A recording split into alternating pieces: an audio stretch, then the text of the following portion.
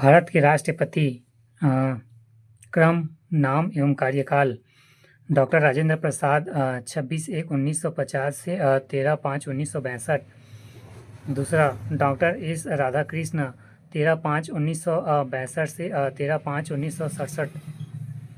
तीसरा, डॉक्टर जाकिर हुसैन 13/5/1967 से 3/5/1969। वी गिरी 24/8/1969 से 24/8/1974।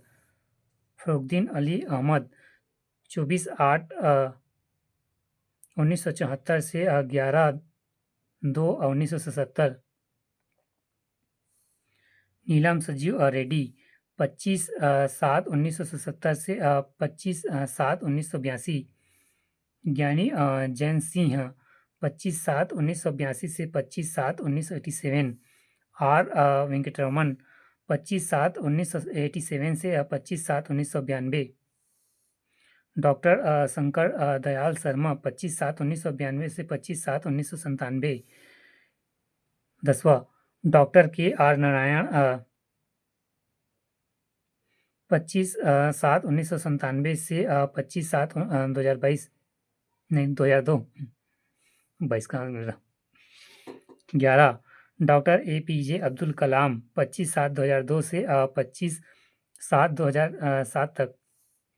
प्रतिभा पाटिल 25/7/2007 से 25/7/2012 तक। 13, प्रणब मुखर्जी 25/7/2012 से 25/7/2017। 14, रामनाथ कोविंद 25/7/2017 से 25/7/2022 तक। 15, द्रौपदी मुर्मू 25/7/2022 से अब तक। स्वतंत्रता के बाद पैदा होने वाले भारतीय की पहली राष्ट्रपति जन्म 20 जून 1958। नोट: वी गिरी 3 मई 1969 से 20 जुलाई 1969 ई तक। न्यायमूर्ति मोहम्मद हिदायतुल्लाह 20 जुलाई 1969 से 24 अगस्त 1969 ई तक। बी.डी. जत्ती 11 फरवरी 1977 से 25 जुलाई 1977 ई तक कार्यवाहक राष्ट्रपति के पद पर रहे। वी गिरी न्यायमूर्ति मोहम्मद हिदायतुल्लाह। राष्ट्रपति निम्न दशाओं में 5 वर्ष से पहले पद त्याग कर सकता है। पहला, उपराष्ट्रपति को संबोधित अपने त्यागपत्र द्वारा। यह त्यागपत्र उपराष्ट्रपति को संबोधित किया जाएगा, जो उसकी सूचना लोकसभा के अध्यक्ष को देगा। अनुच्छेद 56(2). दूसरा, महाभियोग द्वारा हटाए जाने पर। अनुच्छेद 61 महाभियोग के लिए केवल एक ही आधार है, जो अनुच्छेद 61(1) में उल्लेखित है, वह है संविधान का अतिक्रमण। राष्ट्रपति पर महाभियोग। अनुच्छेद 61, राष्ट्रपति द्वारा संविधान के प्रावधानों का उल्लंघन पर संसद के किसी सदन द्वारा उस महाभियोग लगाया जा सकता है, परंतु इसके लिए आवश्यक है कि राष्ट्रपति को 14 दिन पहले लिखित सूचना दी जाए, जिस पर उस सदन को 1/4 सदस्यों की हस्ताक्षर हो। संसद के उस सदन जिसमें महाभियोग का प्रस्ताव पेश है के 2/3 सदस्यों द्वारा पारित कर देने का प्रस्ताव दूसरे सदन में आ जाएगा। तब दूसरा सदन राष्ट्रपति पर लगाए गए आरोपों की जांच करेगा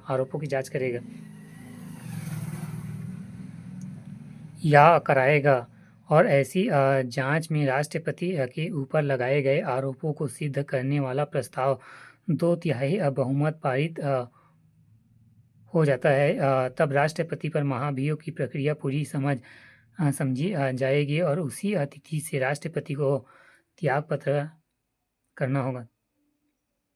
त्याग करना होगा।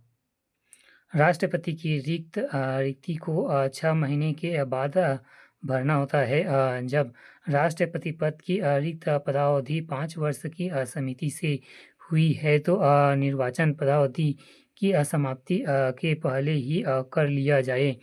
अनुच्छेद 62 1, किंतु यदि उसे पूरा करने में कोई विलम्ब हो जाता है तो राज अंतराल न होने पाए। इसलिए यह उपबंध है कि राष्ट्रपति अपने पद की अवधि समाप्त हो जाने पर भी तब तक पद पर बना रहेगा जब तक उसका उत्तराधिकारी पद धारण नहीं कर लेता। अनुच्छेद 56(1) ग ऐसी दशा में उपराष्ट्रपति राष्ट्रपति के रूप में कार्य नहीं कर सकेगा।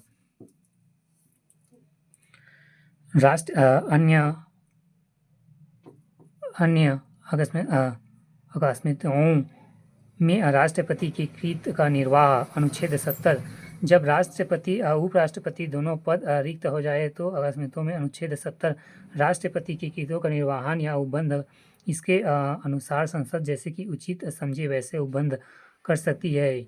इसी उद्देश्य से संसद में राष्ट्रपति उत्तराधिकार अधिनियम 1969 ई पारित किया गया है, जो उपबंधित करता है यदि उपराष्ट्रपति किसी भी कारणवश उपबंध नहीं है तो उच्चतम न्यायालय का मुख्य न्यायाधीश उसके नहीं रहने पर न्यायाधीश के वरिष्ठ न्यायाधीश जो उस समय उपलब्ध हो राष्ट्रपति की कृतियों को संपादित करेगा।